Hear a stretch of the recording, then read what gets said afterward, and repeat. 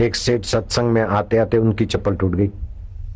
मोची से चप्पल सिलाए, गांव के मोची से। तो मोची और हजाम बात भी करते काम भी करते। सेठ जी तुम हमारे गांव के नहीं हो, हमारे इस इलाके के नहीं हो, तुम दूर के आए हो? बोले हाँ मैं मुंबई का आया हूँ। मूल जेठा मार्केट में मेरी दुकान है, फाइनेंस का है बहुत, लेकिन कितना भी धन बड़ा शांति नहीं है। बाबा के सत्संग में बड़ा शांति आनंद, दूध शुद्ध, पानी शुद्ध, हवा शुद्ध। मोची के आंखों से आंसू टप टप झरने लगे। सेठ ने पूछा क्यों रोते हो? बोले मैं अभागा सत्संग में जाना चाहता था, लेकिन गरीबी ऐसी है कि रोज कमाऊं, रोज आटा दाल ले जाऊं। अगर सत्संग में जाऊंगा तो फुटपाथ का धंधा मेरा एक दिन का बंद करना पड़ेगा। मैं और मेरे बच्चे और पत्नी तो भूखे रह सकते हैं, लेकिन मेरी दादी माँ और मेरे पिताजी वृद्ध हैं, उनको मैं भूखा नहीं देख सकता। 2 टाँके मारने थे, 10 पैसे का काम था, 50 पैसे का काम था। सेठ ने 10 रुपए थमाए, ले ले भैया। मोची कहता है सेठ 10 रुपए तो नहीं, मैं 10 पैसे भी नहीं लूंगा।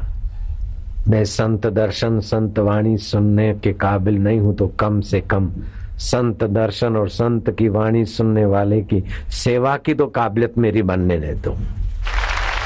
सेठ बोलता है मेरे पास तो भाई करोड़ों रुपए है और साल में करोड़ों रुपए कमाई है। 50,000, 30,000, 45,000, 60,000 के तो मेरे पास ये पड़े हुए चौरे काम करते। मैं तेरे गरीब की चप्पल मुफ्त में क्यों सिलाऊंगा, तू रख।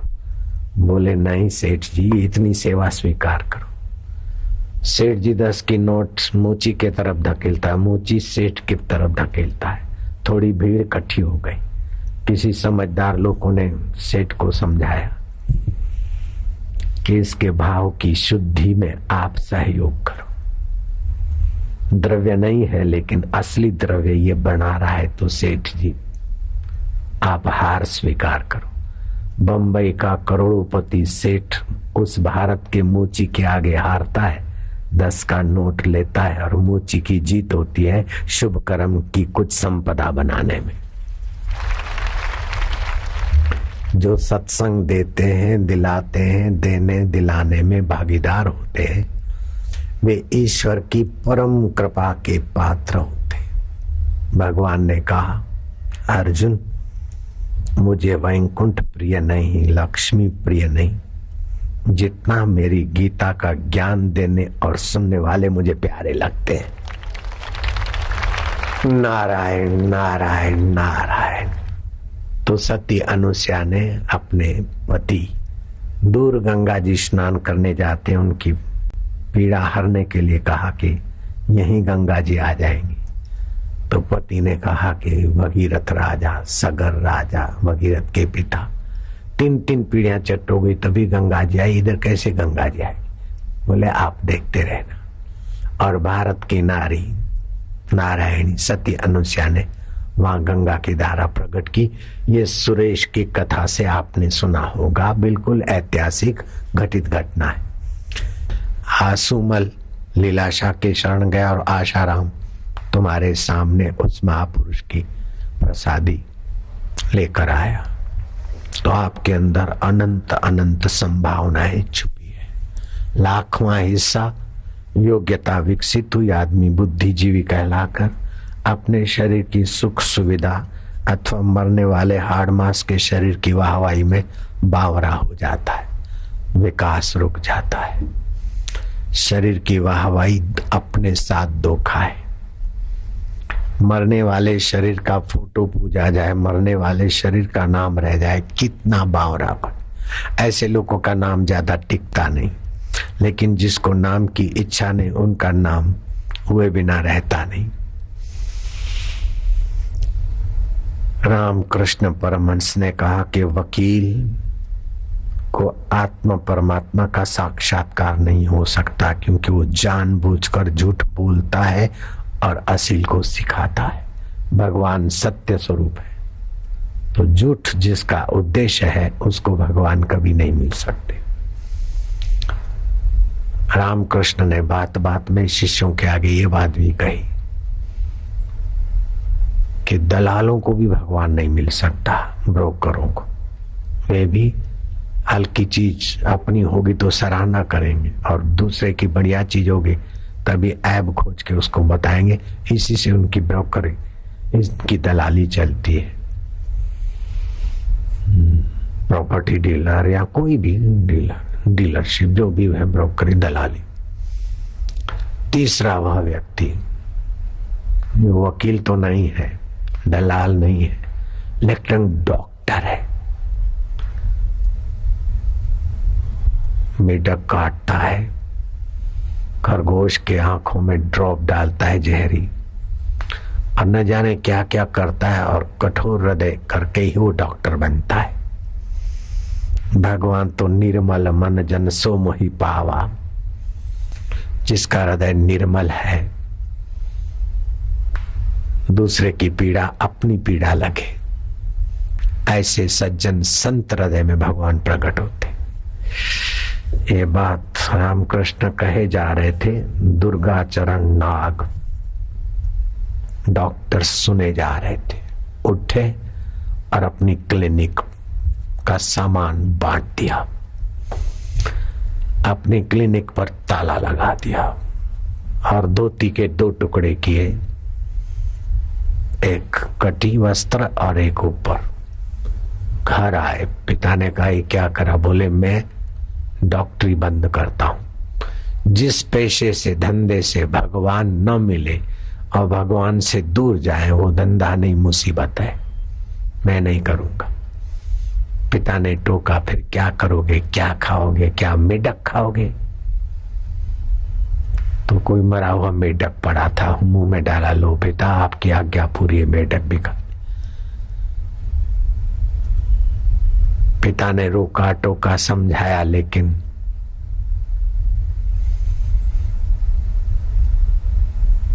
दृढ़ रहे दुर्गाचरण। अब वो भगवत चिंतन ध्यान में मशगूल होने लगे।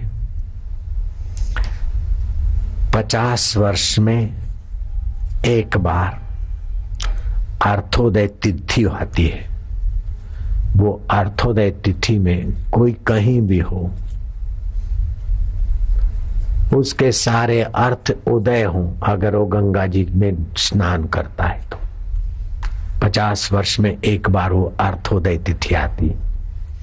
वो अर्थोदय तिथि के दिन उनको टोकने वालों ने और उनका भला चाहने वालों ने कहा कि अर्थोदय तिथि है, कल सुबह गंगा स्नान। और कितना दूर है, तुम यहां बैठे हो, क्या अर्थोदय तिथि को गंगा नहीं नहाओगे? बोले मैं क्यों जाऊंगा गंगा नहाने, गंगा माता स्वयं यहां आ जाएगी। बात तो लंबी चली, लेकिन सुबह प्रभात होते ही होते लोगों ने देखा कि उस भक्तराज दुर्गाचरण नाग, जो बाद में नाग महाशय के नाम से रामकृष्ण वाणी में प्रसिद्ध है, गंगा की धारा हल्की सी उनके बरामदे में फूट पड़ी। वो तो ध्यान मग्न थे और गंगा जी को प्रार्थना करके भूल गए थे। जब आप प्रार्थना करके शांत हो जाते और ईश्वर के चरणों में रख देते तो ईश्वरो सर्वभूतानां हृदये अर्जुन तिष्ठति। ईश्वर सब भूत प्राणियों के हृदय में बैठे हैं। अनुमंता, भर्ता, भोक्ता, महेश्वर, ईश्वरों के ईश्वर। आप किसी गरीब गुरबे की सेवा करके अपने को धनी या बड़ा उदार मत मानिए। गरीब गुरबे में भी सेवा लेने वाला भी वो मेरा ईश्वर है। माता पिता, गुरुजनों और सत्संगियों में जिनका भी आप थोड़ा सेवा करते हैं तो आपकी सेवा के मोहताज हैं, ऐसा सोचने की गलती ना करें। ईश्वर सच्चिदानंद हमें सेवा का मौका देने के लिए ऐसी लीला कर रहे। भोक्तारम यज्ञ तपसाम सर्वलोका महेश्वरम सुहृदम सर्वभूतानां ज्ञात्वा माम शांति मृच्छति। मैं प्राणी मात्र का सुहृद हूं, ऐसा जो जानता है शांति पाता है। और यज्ञ तप और फलों का भोक्ता मैं महेश्वर हूं। अपने अपने मंडल के अपने अपने विभाग के ईश्वर तो बहुत है, लेकिन सभी ईश्वरों का ईश्वरत्व ऐश्वर्य जहां से है वो मैं महेश्वर सर्वव्यापक ब्रह्म हूं। गंगा की धारा, आप महेश्वर है, प्रकट कर सकते हैं। अर्थोदय तिथि प्रभात को होगी, जैसी आपकी मर्जी।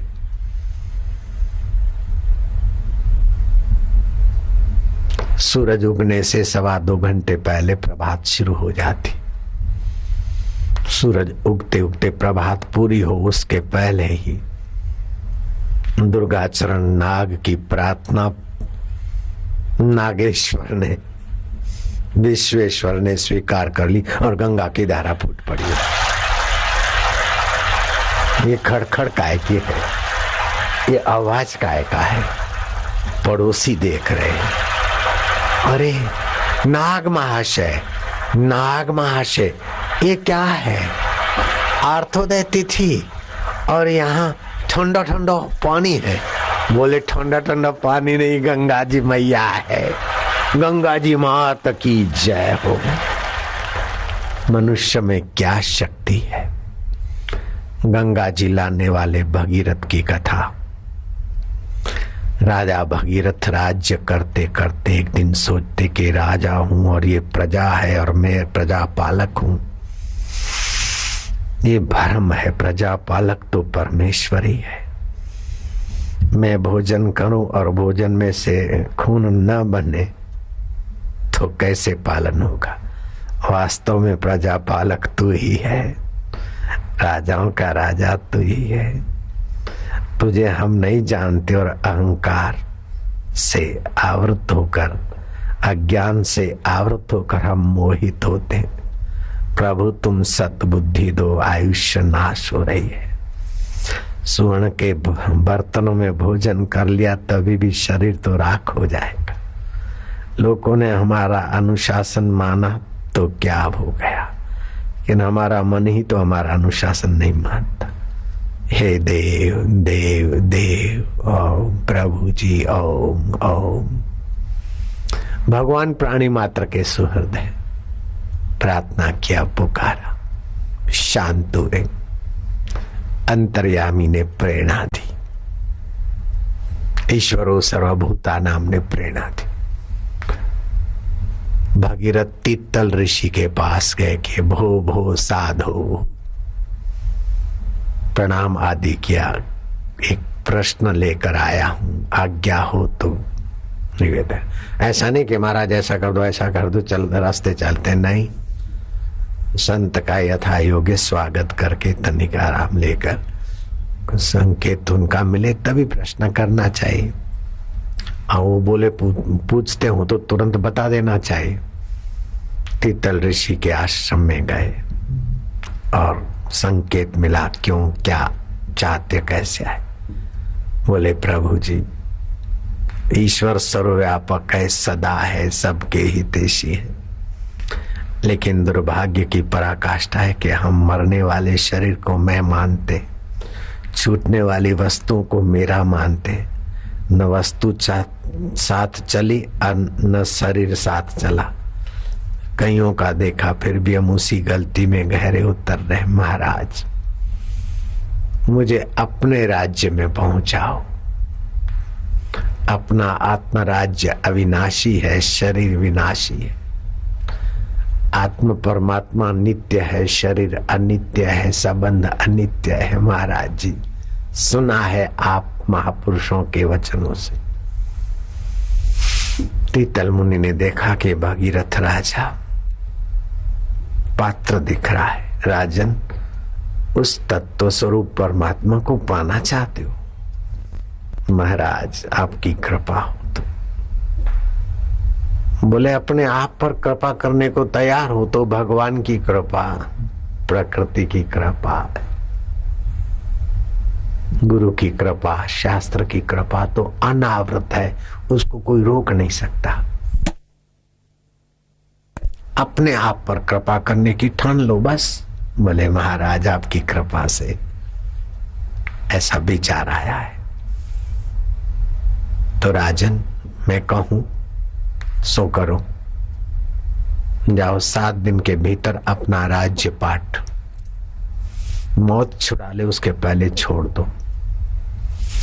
जो राज्य के कारण तुम्हारे से शत्रुता करते या राज्य छीनना चाहते उनको बुलाकर बाइज्जत दे दो।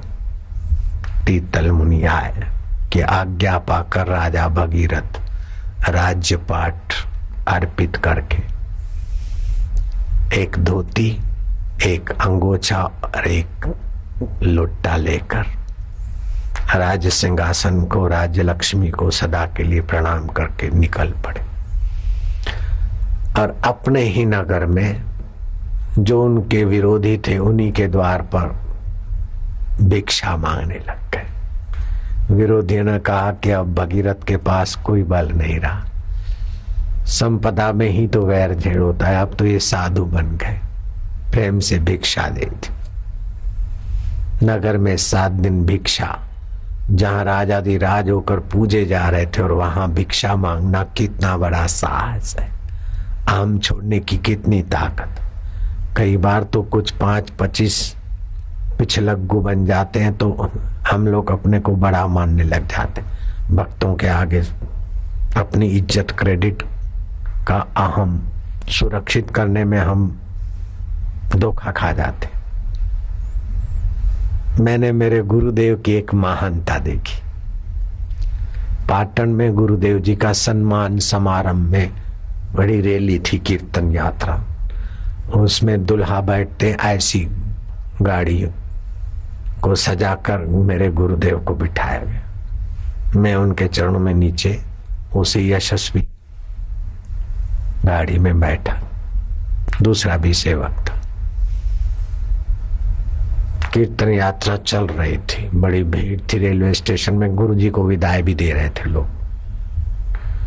वो शोभा यात्रा वहां स्टेशन पे पूरी होने वाली थी और फिर हम ट्रेन में जाने वाले थे बापूजी के साथ। भर बाजार में मुझे पक्का याद है, आगे पीछे बैंड बाजे वाले और हजारों भक्त सत्संगित। मेरे गुरुदेव ने बोला ड्राइवर को बोलो गाड़ी रोके। ड्राइवर को संकेत मिला, गाड़ी रुकी। वो जीप जो होती है दुल्हाओं को लेके घूमते सजा बैंड बाजे। गुरुजी उतरे तो हम भी पीछे पीछे। बोला तुम ये चलो स्टेशन पर चलो, हम आते। वो गरीब कोई बाई थी, जामफल बेच रही थी, उसके टोकरी में से 3 जामफल पसंद किए, वो तुलवाए, पैसे दिए और बांधे अंगोछे में और पैदल चलने लगे स्टेशन के तरफ। फिर भक्तों ने प्रार्थना किया कि स्वामी जी हमारी इज्जत। बोले चलो ठीक है, बैठ जाते। आश्चर्योत्तर भवन जय, मान पुड़ी है जहर की, खाए सो मर जाए, चाह उसी की राखता वो भी अति दुख पाए। मैंने मेरे प्रभु को देखा कि इसी हरिद्वार में एकांतवास के लिए कहीं ठहरते किसी की कोठी में, शाम को पैदल निकलते और कहीं कथा हो रही तो चुपचाप बैठ जाते, मैं भी बैठ जाता था। हरिद्वार की गली गली में मैं घुमा हूं श्री चरणों की छाया में। नीलधारा पे जाकर बैठता था, हरिद्वार वाले जानते नीलधारा मुर्दों को रवाना करते। रात को 9 बजे 9:30 तक बैठा रहता था। चंडी घाट ये वो सब मेरा टप्पा टप्पा, हिमालय के मोड़ मोड़ पर मैंने खिचड़ी खाई। मेरे गुरुदेव की ऊंचाई और महानता तो ऐसी कि नीम के पेड़ को बोला कि चल उचित जगह पर, नीम का पेड़ खिसक के उचित जगह पर गया। तब मुसलमान भक्तों ने कहा आप केवल हिंदू के लीलाराम नहीं, आप तो हमारे भी शाह हो, लीला शाह महाराज की जय। इतने महान सतगुरु को और इतनी सरलता देखी, मुझे बहुत फायदा हुआ। आप बोलते हो बापूजी ऐसे, मेरे में कुछ भी नहीं, जो कुछ है आप लोगों की सद्भावना है, गुरु की प्रसादी है, परमात्मा का आज मुझे एक पागलपन, अपने पागलपन पर भी हंसी आई थी। सोचा मैं न कहीं जाऊंगा। नर्मदा किनारे साधना करते थे और आ गया कि अब हम यहीं बैठेंगे, जिसको गरज होगी आएगा, सृष्टिकर्ता खुद लाएगा। आज भगवान की सर्वव्यापकता, सर्वसमर्थता के श्लोक सुनते सुनते व्याख्या, मैंने मेरे नजीक के सेवकों को बोला कि हम तो अड़ गए, लेकिन भगवान कितने दयालु, कितने उदार। अगर भगवान 2-3 दिन के लिए अड़ जाते तो मेरा क्या हाल होता। जिसको गरज होगी आएगा, सृष्टिकर्ता खुद लाएगा। 2 किसानों के रूप में या 2 किसानों को प्रेरित किया, रात को सपने में 3 बजे रास्ता भी दिखाया। फल फ्रूट भी एक दिन पहले उन्होंने खरीद रखा था, दिया हाथ में। कभी कभी अनाज एक तरफ, फल दूसरे तरफ ऐसे बिकता है। ऐसी जगह से वो किसान चल के आए। अगर भगवान उनको प्रेरणा नहीं देता अथवा भगवान हमारे को खिलाने की व्यवस्था नहीं करते, 2-4 गुंडे भेज देते और 2-4-10 डंडे ठुकवा देते, तब मेरे को पता चलता। मेरे मन में ये भाव है। अथवा सांप आ जाते और कोई उपद्रवी आ जाते। ऐसा न किया और भक्त को सौंपना दिया, 2 भक्तों को, किसानों को, और फल और दूध भेजा। ये भगवान की कितनी उदारता है। क्या मेरे इस जीवन की क्या ताकत है कि मैं सृष्टि करता, भुवनों के गुप्ता, अनंत ब्रह्मांड जिनके संकल्प में फुर फुर कर अदल बदल रहे हैं, उस परमात्मा को मैं चैलेंज करूं। वो हार जाए ऐसा नहीं है, लेकिन उसकी उदारता कैसी, उनकी सज्जनता कैसी, सुहृदता कैसी। अभी लगता है कि मेरी नादानी थी, लेकिन उस समय तो जवानी दीवानी, गधा 25 होती है ना। 22 साल, 22.5 साल की उम्र में घर छोड़ा था, तो गधा 25 थी, तो भगवान के साथ भी भिड़ने का सोच। सब फेंक के बैठ के, जिसको गरज होगी आएगा, सृष्टिकर्ता खुद लाएगा। मोहब्बत जोर पकड़ती तो शरारत का रूप लेती, और शरारत उस प्यारे से की, और उसने कैसी करुणा कृपा की। नहीं तो हमारे भजन में इतना दम नहीं, हमारे योग में इतना बल नहीं, हमारे अकल में इतना बल नहीं, जितना उसकी कृपा का बल, उसकी करुणा का बल, उसकी सुहृदता का बल। ये आपको कौन बिठा रहा है, कौन प्रेरित कर रहा है? क्या इसके पीछे कोई राजकारण है? क्या कोई राज्य सत्ता, सेंट्रल गवर्नमेंट अथवा राज्य गवर्नमेंट इतने लोगों को किसी मूल्य पर बिठा सकती है क्या? मैं तो सुनता हूं कि नेता लोग छोटे नेताओं पर ये कर्तव्य थोपते कि तुमको 200 आदमी लाने, किसी को 300 लाने, किसी को 500 लाने। 2-5 हजार की भीड़ इकट्ठी करने के लिए उनको कई सप्ताह व्यवस्था करनी पड़ती और खेल खेलने पड़ते। फिर भी तुम्हारे जैसे लोगों को वो नहीं ला पाते। 50 रुपया, 100 रुपया, 150 रुपया देकर। आपके अंतःकरण का प्रेरक कौन है? अटल जी या और दूसरे लोगों के अंतःकरण का प्रेरक कौन है? कैसा सुहृदय है? उसके विषय में उसी की वाणी से हम सुनेंगे, समझेंगे थोड़ा। भगवान कहते हैं, तपामि अहम वर्षम निग्रहामि उत्सर्जामि च अमृतम चैव मृत्युश्चय सद असच्चा अहम अर्जुना। गीता का 9वां अध्याय 19वां श्लोक। भगवान कहते हैं, हे अर्जुन, मैं ही तपता हूं, सूर्य होकर, अग्नि होकर, और तुम्हारे पेट में जठराग्नि होकर भगवान ही तपते हैं।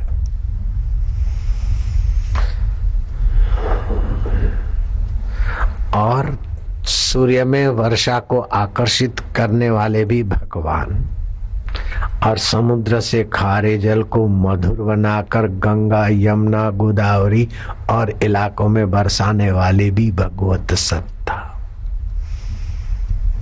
और ये किसी मजहब में आपने हमने नहीं सुना होगा, नहीं सुन सकते हैं कि सत भी मैं हूं, असत भी मैं हूं, जीवन भी मैं हूं, मृत्यु भी मैं हूं, अमृत भी मैं हूं और मृत्यु भी मैं हूं। अमृत का विरोधी विष होता है, लेकिन यहां भगवान ने बहुत सूक्ष्मता से कहा अमृत भी मैं हूं, सुख स्वरूप, और मृत्यु देकर ये संसार के झंझट बुलाने वाला मृत्यु भी मैं हूं। एक जीवन की यादें बहुत दुख देती है।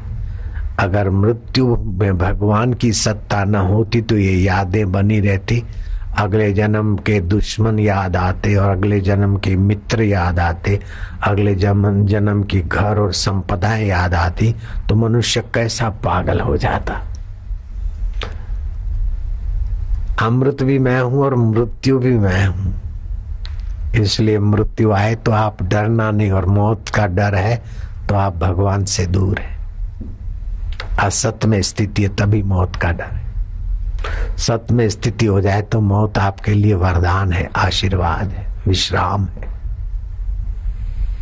मैं साधना करता था तो रात्रि को कभी कभी निकल पड़ता था, ऐसी ऐसी जगह जाता जहां लोग कोई डांटे, फटकारे, मारे, पीटे, फिर देखें कि हम ब्रह्म है, चैतन्य है कि शरीर है। गुजरात में दारूबंदी है और डीसा में अभी जो भी कुटिया बनी है, नाम रख दिया साईं लीलाशाह आश्रम। एक छोटा सा कुटिया और कंपाउंड था, वहां से निकल के दूर जहां लोग दारूड़िया भट्टियां चलाते अपराधी लोग, उधर को चला गया। तो अब वो रात के 11-12 बजे होंगे, जो भी होगा। है कौन है, इधर आओ, इधर आओ। बड़ी बड़ी गालियां, भाई भारी भारी गालियां दी। बुलाया, हम नजीक गए। वो धारिया होता है जिससे डाले कटते, पेड़ पौधे कटते, किसान लोगों के पास धारे होते।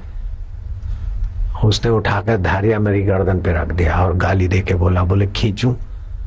अब वो लकड़ी को यूं खींचे तो लकड़ी डाला कट जाए तो मेरी गर्दन बेचारी क्या रहेगी। मेरी गर्दन पे धारिया रख दिया और बोले खींचूं। मैं क्या, तेरी मर्जी पूर्ण हो। तेरी मर्जी पूर्ण हो तो मेरे हृदय में था कि तू ही तो है सबको प्रेरणा देने। शराबी में भी तू, जुआरे में भी तू, लुफंगे लोफर में भी तू, और देवता साधु में भी तू। तेरी मर्जी पूर्ण हो, मैंने कह दिया। वो जो एकदम उद्दंड व्यक्ति था, उसकी प्रेरक परमात्मा ने क्या लीला की। धारिया उधर गिर गया और वो मेरे चरणों पे प्रणाम करने लगे। उसका प्रेरक कौन है? उसने तो गाली दिया, बुलाया और फिर धारिया रख दिया। धारिया आप लोग नहीं जानते होंगे, 1 फुट से 1.25 फुट 1.5 फुट का लंबा ऐसा चूरे जैसा होता है, आगे का ऐसा ही होता है, और फिर 3-4 फुट के डंडे से जुड़ा होता है। बड़ी कुहाड़ी तो छोटी सी होती है, और तो लंबा ऐसा, इतना तो लंबा होता है। यूं खाली यूं हल्का सा इशारा करता तो जैसे आलू का चिप्स कटता है, ऐसा गर्दन गिर जाती मेरी। लेकिन उस समय रक्षक कौन था?